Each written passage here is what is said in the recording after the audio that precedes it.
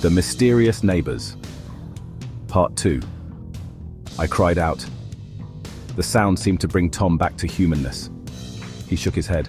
"Forget it, man. It's cool." He began walking faster than me. That night, I was awakened by a huge cry. I jerked out of bed, grabbing my phone. It was only 10:30. I heard my parents going down the stairs, and without knowing why, I got out of bed to follow them out. All the block was pouring into the street.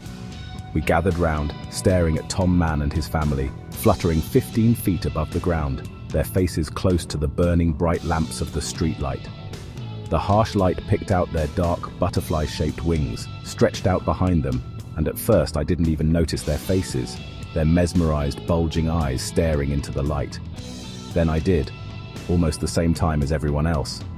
I heard Sophia's scream, "They're monsters!" An angry ripple went through the crowd watching them. "Call the police!" "We'll get them when they come down." "Shoot them now!" Kurt and the other boys who played ball together pushed forward. I joined them. We circled the lamp pole. I stared at the angry, darkly lit, confused faces. "Leave them be!"